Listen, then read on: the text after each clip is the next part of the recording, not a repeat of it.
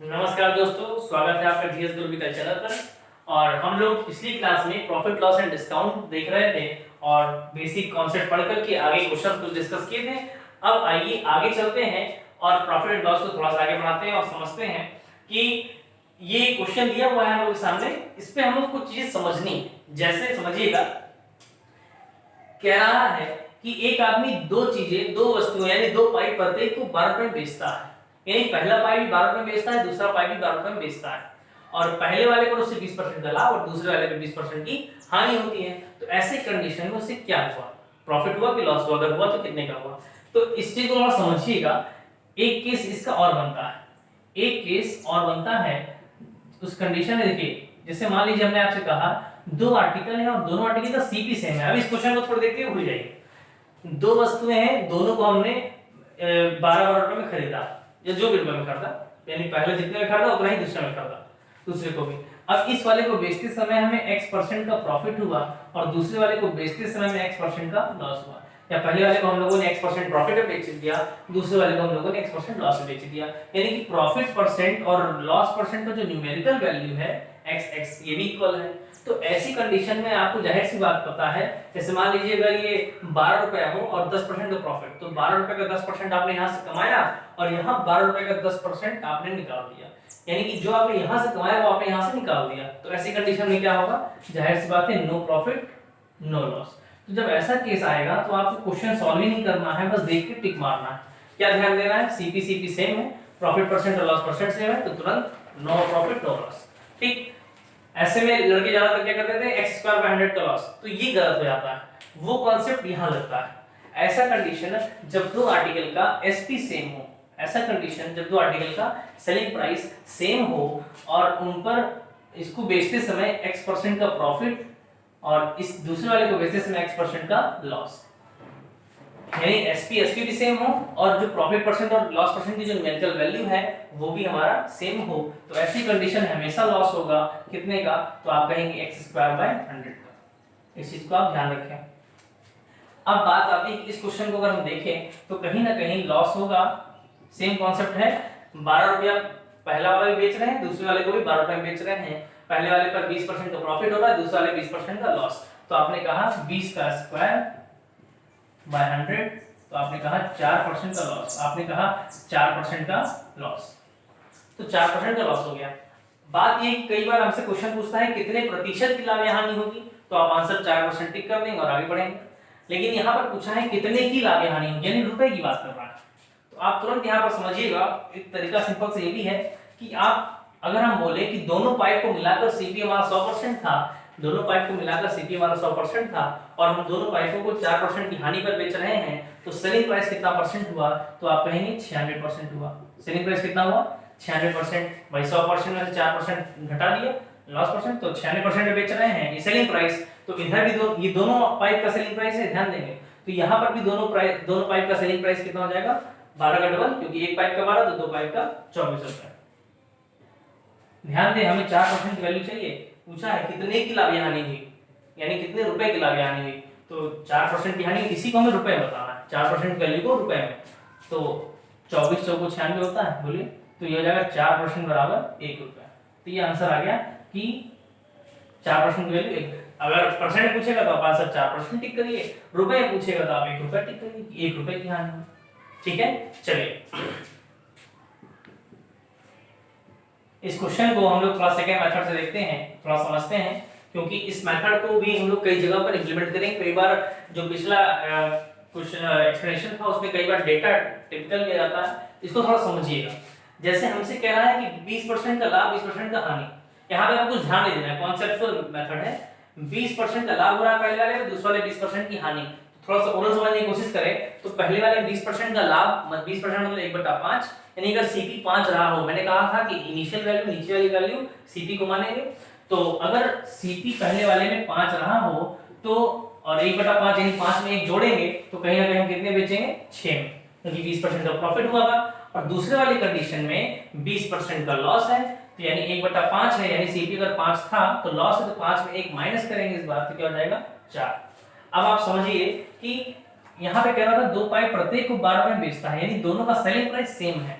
जबकि यहाँ पे दिख रहा है कि सेलिंग प्राइस क्या है, अलग अलग है। इसको सेम करेंगे तो सेम करने के लिए आप यहाँ पर मल्टीप्लाई कर सकते हैं। एक तो आप यहाँ 4 से कर लीजिए, यहाँ 6 से कर लीजिए, लेकिन 4 और 6 कभी और कट जाएगा, या इसको कहा जाए तो अगर हम लोग इन दोनों को 12 12 बना सकते हैं आराम से, है ना। 6 और 4 का इसमें 12 होगा, तो 12 बनाने के लिए इसमें 2 से मल्टीप्लाई और इसमें 3 से मल्टीप्लाई।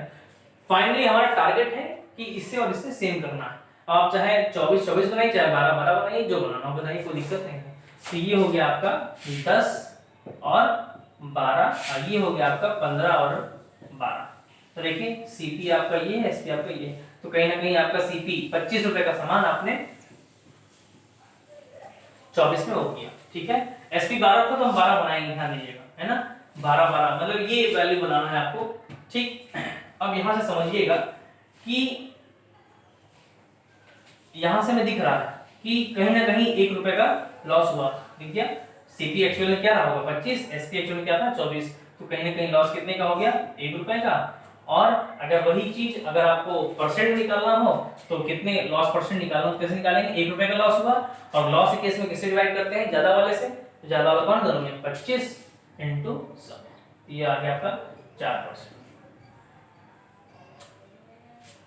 तो इस तरीके से हम लोग समझ पाए हैं, जब सीपी सेम होगा तो इस सीपी को सेम करते हैं, सीपी सेम रहता है, कोई दिक्कत नहीं। चलिए देखिए प्रश्न कह रहा है, देखिए आर्टिकल बेस पे क्वेश्चन जो पूछे जाते हैं प्रॉफिट एंड लॉस में तो सिंपल होते हैं, बस आपको थोड़ा सा दिमाग लगाना है। कह रहा है कि सीपी ऑफ 8 आर्टिकल्स, 8 वस्तुओं का क्रय मूल्य 9 वस्तुओं के विक्रय मूल्य के बराबर है। जितने में आप 8 वस्तु खरीद कर लाए उतने रुपए में ही आप 9 वस्तु बेच रहे हैं। देखिए यहाँ पर एक तो आप सिंपल तरीके से समझ सकते हैं, पहले तो आप ये सोचिए कि लाभ हो कि हानि हो, मन में सोचना है। तो अब रुपया सेम है, जितने रुपए में आप 8 वस्तु खरीद के लाए उतने में आप 9 वस्तु बेच रहे हैं। तो आप आर्टिकल्स देखिए, अगर आप आर्टिकल ज्यादा बेच रहे हैं यानी अपने जेब से बेच रहे हैं, वस्तु ज्यादा बेचने का मतलब कहीं ना कहीं आप अपने जेब से बेच रहे हैं, और अपने जेब से जब कोई चीज आप देते हैं तो आपको हानि होती है, ठीक है। इस चीज को ध्यान रखना है। तो कहीं ना कहीं यहाँ पर लॉस होगा, और वही पूछा है कितने परसेंट का लॉस होगा। तो इसमें कई तरीके हैं करने के। एक तो आप सीधा सा फंडा ये कर सकते हैं कि आप 8 कुछ ना करिए, तो 8 वस्तु है और 9 वस्तु है, आपको पता है कि क्या हो रहा है, लॉस परसेंट हो रहा है ना। तो आप सिंपल सा फंडा, आपने ओरल देख लिया कि जितने में आप 8 वस्तु खरीद के लाए उतने में आप 9 वस्तु बेच रहे हैं, वस्तु ज्यादा बेच रहे हैं यानी अपने जेब से बेच रहे हैं, तो लॉस हुआ।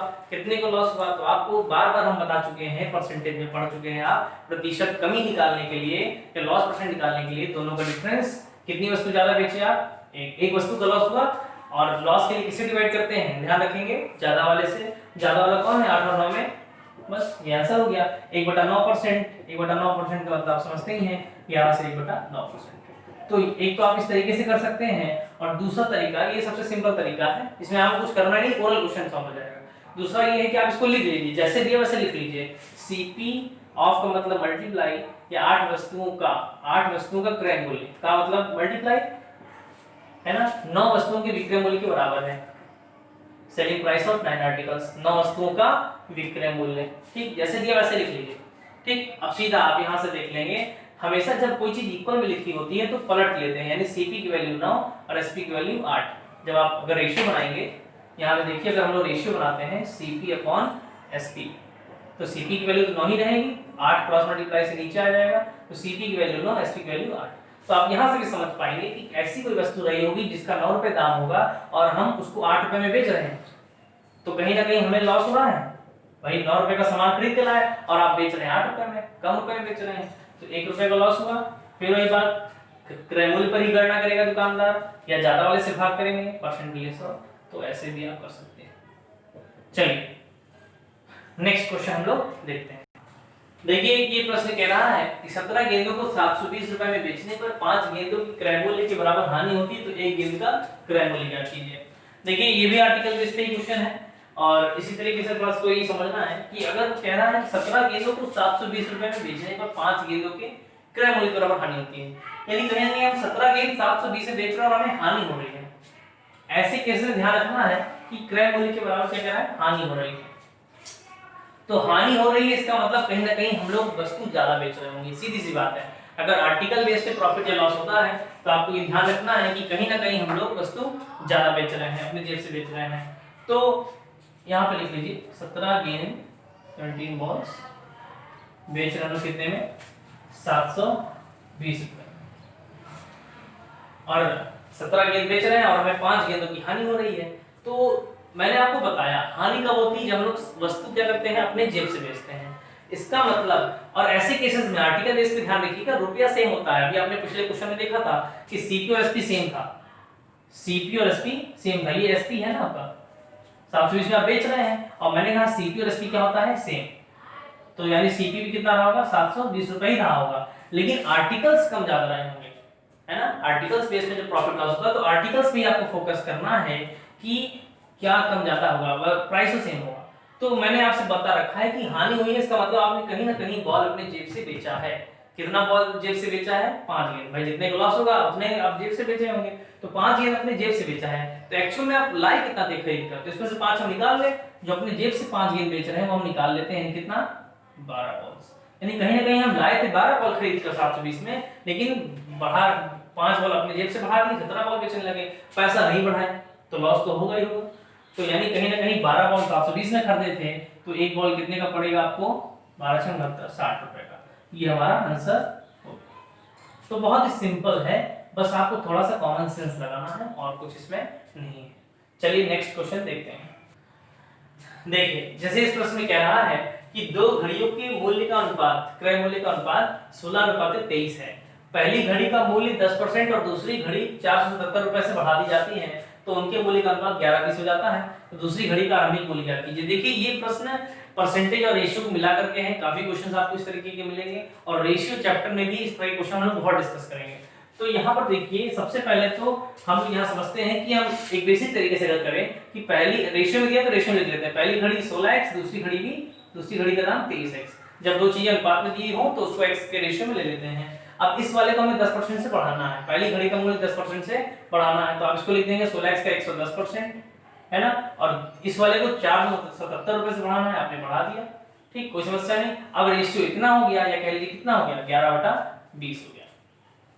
तो ये देखिए एक जीरो से ये एक जीरो कैंसिल आउट हो गया, और कहीं ना कहीं 20 भी यहाँ आएगा, तो कहीं ना कहीं एक जीरो से ये एक जीरो भी कैंसिल आउट हो जाएगा। अब यहाँ समझिएगा 11 से 11 भी कैंसिल आउट हो गया, क्या मिला, 16 दूनी 32x, और ये यहाँ तो कुछ नहीं बचा, एक बचा, ये पूरा वहां चला गया, 23x + 477, एकदम सिंपल सा फंडा था। और ये आपका हो गया 12 से गया 9x = 477, ये हो गया x = 9 × 5 = 45 और 9 × 3 = 27। तो x की वैल्यू 53 आ गई, और हमसे 23x की वैल्यू पूछा है, तो बस आप यहाँ रख दीजिए, 23 × 23x की वैल्यू आप निकाल लीजिए, 23 × 53, जो भी आ जाए ये आपका आंसर। तो इसमें कुछ करना आपको नहीं है, और ये सिंपल सा फंडा है। इसको थोड़ा सा दूसरे तरीके से अगर हम ऑब्जर्व करें कि रेशियो के मेथड से, तो ध्यान दीजिए कि एक 16 था और एक 23 था, इसमें कोई समस्या नहीं है। कहीं ना कहीं इस वाले को हम लोगों ने 10% से बढ़ाया, और इस वाले में 477 जब बढ़ाएंगे तो हमारा रेशियो कितना हो जाता है, 11/20 हो जाता है। तो हमारा रेशियो हो जाता है 11/20। लेकिन अभी देखिए पहले इसको बढ़ाया 16 का, जब 10% से बढ़ाएंगे तो 16 का 10% 1.6 होगा, और जब उसमें जोड़ेंगे तो 17.6 हो जाएगा, है ना। और यहाँ पर देखिए इसको हमने बढ़ा दिया 10% से, और अब यहाँ पर अगर देखा जाए तो इसको हम लोगों ने बढ़ा दिया 477 रुपए से, है ना। जब यहाँ पर बढ़ाएंगे तो 477 रुपया, अभी फिलहाल इसको हम रखते हैं 23x ही रखते हैं, ध्यान दीजिएगा। तो अगर हम यहाँ पर देखें, एक काम करते हैं, अगर हम 10 से मल्टीप्लाई करते हैं, तो 10 से अगर हम मल्टीप्लाई कर दें इसमें, तो ये हो जाएगा 176, और ये हो जाएगा आपका 230x, और ये हो जाएगा आपका 110, और ये हो जाएगा 200। x हटा देंगे, रेशियो नहीं लेके चलेंगे।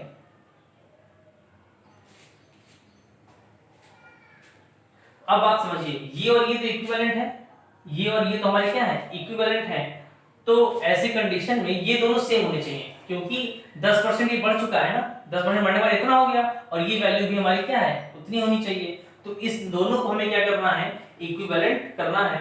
यहाँ पर थोड़ा सा एक मिस्टेक हो गया है, थोड़ा देखिएगा इसको फिर से एक बार, यहाँ पर ऐसे सही कर देते हैं, थोड़ा सा इसमें फिर से एक बार समझ लेते हैं। थोड़ा सा यहाँ पर ये 16 का जब हमने 10% बढ़ा दी 17.6 हो गया, और इसको भी 470 से बढ़ाना है। अभी यहाँ पर इसको छोड़ देते हैं। तो यहाँ पर देखिए अगर हम लोग 10 से मल्टीप्लाई कर दें दशमलव हटाने के लिए, और कोई बहुत बड़ी चीज नहीं है, 10 से मल्टीप्लाई कर दें या फिर आप ना करना चाहे तो ना करिए। अब एक चीज समझिएगा कि बढ़ाने के बाद इतना हो गया वैल्यू, यहाँ पे प्लस 470 है, थोड़ा ध्यान देंगे, और ये बढ़ाने पर इतना हो गया, लेकिन ये दोनों तो अब सेम हो गए ना, अभी बढ़ाने के बाद की वैल्यू ये है या कह लीजिए ये है, तो क्या हम 11 को भी 17.6 बना सकते हैं? तो बिल्कुल बना सकते हैं। 1.6 से मल्टीप्लाई कर दे, इसमें 1.6 से मल्टीप्लाई कर दे तो ये हो जाएगा हमारा 11 6 66 और 11 का 11 17, तो यहाँ 1.6 से मल्टीप्लाई, यहाँ भी 1.6 से मल्टीप्लाई, तो ये हो जाएगा 16 दूनी 32, एक 0 पॉइंट कट जाएगा, ये हो जाएगा 32, हो जाएगा 17.6। तो ये दोनों तो इक्विवेलेंट हो गया, कोई दिक्कत नहीं। अब बस बचा क्या हमारा 23 यूनिट से कहीं ना कहीं वो 32 हुआ था, और 23 में कितना बढ़ाए थे? 477 बढ़ाए थे। तो यहाँ से आप देखिए केवल इन दोनों में आपको देखना, इन दोनों का डिफरेंस कितना हो रहा है? 9 यूनिट का डिफरेंस हो रहा है। 9 यूनिट का डिफरेंस कितने के बराबर है? 477 के बराबर है। तो 9 यूनिट की वैल्यू 477 है, तो 1 यूनिट की वैल्यू वही 53 हो गई, और हमें चाहिए कितने यूनिट की वैल्यू? पुराना वाला यानी कि 23 यूनिट की वैल्यू चाहिए। 23 यूनिट की वैल्यू 23 × 53 आप कर लीजिए, तो 2 3 6 2 5 10 और फिर 3 3 9 3 5 15, तो ये जोड़ लीजिए 9 6 5 11 1 1 2 1200। तो इसमें कोई समस्या नहीं है, मल्टीप्लाई कर लीजिएगा। बाकी ये तरीका आपको समझ आया होगा, ये मेथड हम लोग रेशियो में फिर से देखेंगे।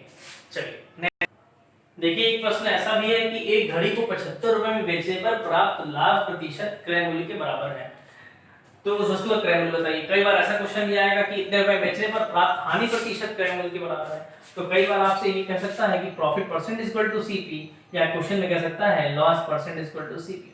फिलहाल यहाँ पर ये कह रहा है कि प्रॉफिट परसेंट कॉस्ट प्राइस के बराबर है, लाभ प्रतिशत क्रय मूल्य के बराबर है। तो ऐसी कंडीशन में आपको करना ये है कि है तो इसका, अगर आप यहाँ से देखें प्रॉफिट परसेंट की वैल्यू रखेंगे SP - CP/CP × 100, फिर कैलकुलेट करेंगे तो द्विघात समीकरण बनेगा CP का, तो वहां से हम निकाल पाएंगे। लेकिन उसी का एक शॉर्टकट, अगर आप द्विघात समीकरण लास्ट में बनता है तो आप उसका एक शॉर्टकट बना लेते हैं, और यहाँ पर ये शॉर्टकट बनेगा। हम लोगों को उसी पे थोड़ा फोकस करना है कि सेलिंग प्राइस, अगर profit percent equal to CP है तो सेलिंग प्राइस का ऐसा दो फैक्टर करेंगे जिनका डिफरेंस 10 हो, इसका डिफरेंस क्या हो? 10 हो। जैसे अगर हम बात करें 75 रुपया है, अगर हम बात करें 75 रुपया है सेलिंग प्राइस, तो इस 75 रुपए का ऐसा तो फैक्टर करना है जिसका अंतर 10 हो। तो आप तुरंत टेबल याद होगा तो बहुत जल्दी कर पाएंगे। 15 बचे 75, 15 - 5 10, कुछ नहीं करना है, पहले एक जीरो यहाँ बढ़ा देंगे और एक जीरो यहाँ बढ़ा देंगे, ठीक है। और ऐसी कंडीशन पे हमेशा दूसरा वाला आंसर, पहला वाला काट देंगे और दूसरा वाला क्या ले लेंगे आंसर। इसका आंसर क्या हो जाएगा? 50 रुपए। और आपको कुछ नहीं करना है, द्विघात समीकरण बना करेंगे तो लेंदी होगा, तो वहां कुछ करना नहीं है। जब ऐसा केस होगा loss percent equal to CP होगा, तो उस कंडीशन पे आप सेलिंग प्राइस का ऐसा दो फैक्टर करेंगे जिनका एडिशन 10 हो। बस थोड़ा सा डिफरेंस है, profit percent equal to CP होगा तो सेलिंग प्राइस का ऐसा दो फैक्टर करेंगे जिसका डिफरेंस 10 होगा, और पहला वाला छोड़ के दूसरा वाला आंसर ले लेंगे। और जब ऐसा केस होगा loss percent equal to CP, तो सेलिंग प्राइस का ऐसा दो फैक्टर करेंगे जिसका सम यानी योग 10 हो, और ऐसी कंडीशन में दोनों आंसर होंगे। या अब ऑप्शन ऐसे होगा, या तो ये या तो ये। चलिए एक प्रश्न देख लेते हैं जल्दी से। देखिए वही प्रश्न है, बस यहाँ पर देखिए कह रहा है एक घड़ी को 21 रुपए में बेचने पर प्राप्त हानि प्रतिशत क्रय मूल्य के बराबर है, यानी इस बार कह रहा है loss percent equal to CP. जब आप इसे क्वाड्रेटिक इक्वेशन में से करना हो तो आप पूरा लॉस परसेंट की वैल्यू रखेंगे कि CP - SP/CP × 100 equal to CP, फिर आप कैलकुलेट करेंगे, CP का क्वाड्रेटिक इक्वेशन बनेगा, उसको कैलकुलेट कर लेंगे, आ जाएगा। लेकिन हमने आपको बता रखा है कि ऐसी कंडीशन पर आपको क्या करना है, सेलिंग प्राइस का ऐसा तो फैक्टर करना है जिसका योग 10 हो, जिसका योग क्या हो 10 हो। तो आपने कहा 7 3 21 और 7 3 10। तो और मैंने एक चीज और बताया कि दोनों में अपने से जीरो बढ़ाना है, वो जीरो बढ़ाने का फंडा है, वो क्वाड्रेटिक जब इक्वेशन हम सॉल्व करते हैं तो एक जीरो हटाते हैं फैक्टर जल्दी पकड़ने के लिए, तो वो जीरो बाद में लग जाता है। 70 और 30, मैंने आपसे कहा था इसका आंसर होगा आइदर 70 और आइदर 30, या तो 70, ऑप्शन ऐसे देगा या 70 या 30। तो आप ऐसे ऑप्शन को टिक करेंगे और आगे बढ़ेंगे। चलिए नेक्स्ट क्वेश्चन देखते हैं। चलिए देखिए कह रहा है एक व्यापारी प्रतिशत लाभ की गणना क्रय मूल्य पर और दूसरा व्यापारी विक्रय मूल्य पर करता है, और क्या है जब उनके विक्रय मूल्य समान होते हैं, ऐसी कंडीशन जब जहां पर सेलिंग प्राइस दोनों का सेम होता है, उस कंडीशन में उनके वास्तविक लाभ का अंतर 85 रुपए है, 85 रुपीस। तो दोनों 20% लाभ का दावा करते हैं, तो प्रत्येक वस्तु का विक्रय मूल्य क्या है। यहाँ पर समझते हैं कि एक व्यापारी, एक शॉपकीपर जो है वो सीपी पर गणना कर रहा है और दूसरा शॉपकीपर जो है वो एसपी पर गणना कर रहा है। तो बात समझिए, और दोनों ही 20% प्रॉफिट की गणना कर रहे हैं। क्वेश्चंस को उठाने का तरीका हमने बताया था कि परसेंटेज से टैकल करिए, जब कोई चीज आपको नहीं समझ आए तो परसेंटेज उठाइए। दोनों व्यापारी 20% लाभ का दावा करते हैं, यानी ये वाला 20% लाभ का दावा कर रहा है, ये वाला 20% लाभ का दावा कर रहा है। बस अंतर इतना है कि ये 20% लाभ की गणना क्रय मूल्य पे कर रहा है और ये 20% लाभ की गणना विक्रय मूल्य पे कर रहा है। तो आपको पता है 20% की वैल्यू 1/5 होती है और क्रय मूल्य पे गणना करना तो नीचे वाले को क्रय मूल्य सीपी मान लेंगे, है ना, बताया था मैंने। तो 5 अगर सीपी है और प्रॉफिट है, इसका मतलब 5 में 1 जोड़ेंगे कितना हो जाएगा 6। इस वाले पे आइए, मैंने आपसे बताया कि ये 20% लाभ की गणना किस पे कर रहा है, सेलिंग प्राइस पे कर रहा है, तो इसकी नीचे वाली वैल्यू किसको मानेंगे, सेलिंग प्राइस को। बता चुके हैं, जिस पर गणना करेगा नीचे वाली वैल्यू उसी को मानना है। और ये अगर एसपी इसका 5 है तो कहीं ना कहीं प्रॉफिट है तो सीपी कम होना चाहिए, सीपी कम होना चाहिए, तो 5 में कम कर लेंगे कितना जाएगा 4। अब यहां समझिए कि ये हमारे पास सीपीएसपी का यूनिट आ गया। अब कह रहा है जब उनके विक्रय मूल्य समान होते हैं तो पहला काम ये करना है कि सेलिंग प्राइस सेम करना है। इसका 6 इसका 5 है, दोनों को सेम करना है। तो हम दोनों का सेम 6 5 का 30 होता है, दोनों को 30 30 बनाना है। तो इसमें 6 से मल्टीप्लाई करेंगे, इसमें भी 6 से मल्टीप्लाई करना पड़ेगा, ये 30 और ये 24, और यहाँ पे 5 से करेंगे तब ये 30 बनेगा, ये 30, तो यहाँ पे 5 से करना पड़ेगा 25। अब हमारे पास डेटा आ गया, ठीक है। 25 से 30 5 यूनिट का प्रॉफिट हो रहा है और यहाँ 24 से 30 यहाँ पे 6 यूनिट का प्रॉफिट हो रहा है। तो यही कह रहा है अब जब इनके सेलिंग प्राइस सेम होते हैं तो उनके वास्तविक लाभ का अंतर, तो इसका लाभ कितना है 5 यूनिट, इसका लाभ कितना है 6 यूनिट, दोनों के लाभ का अंतर 6 यूनिट और 5 यूनिट का अंतर, यानी कि 1 यूनिट का अंतर कितना है, देखिएगा 1 यूनिट का अंतर कितना है 85। क्वेश्चन में कह रहा है 1 यूनिट बराबर 85 रुपए है। तो अब कह रहा प्रत्येक वस्तु का विक्रय मूल्य, तो प्रत्येक वस्तु का विक्रय मूल्य कितना यूनिट है 30 यूनिट, यानी कहीं ना कहीं आपसे 30 यूनिट की वैल्यू पूछी जा रही है। तो 1 यूनिट 85 है तो 30 यूनिट कितना आ जाएगा इंटू 30 इंटू 30, तो 3 5 15, 3 8 24 से 25, 2550 रुपए, यही आपका क्या हो गया आंसर हो गया। तो बात समझ में आई होगी, इसमें और कुछ आपको करना की जरूरत नहीं, जैसे बोलता गया वैसे हम लोग करते गए। क्वेश्चन को टैकल करने का तरीका पता होना चाहिए। परसेंटेज वैल्यूज हम लोगों ने क्वेश्चंस को पिकअप किया और जैसे बोलता गया वो करते गए। ये सब कॉन्सेप्ट हम लोग पीछे वाले क्वेश्चंस पे डिस्कस कर चुके हैं। चलिए, यही आपको ध्यान रखना है कि क्वेश्चंस छोटे वाले अगर आपने अच्छे से पढ़े हुए हैं तो बड़े क्वेश्चन भी आप सॉल्व कर ले जाएंगे, बस आपको टैकल करने आना चाहिए। चलिए, धन्यवाद। अब अगली क्लास में हम लोग डिस्कस करेंगे प्रॉफिट एंड लॉस को।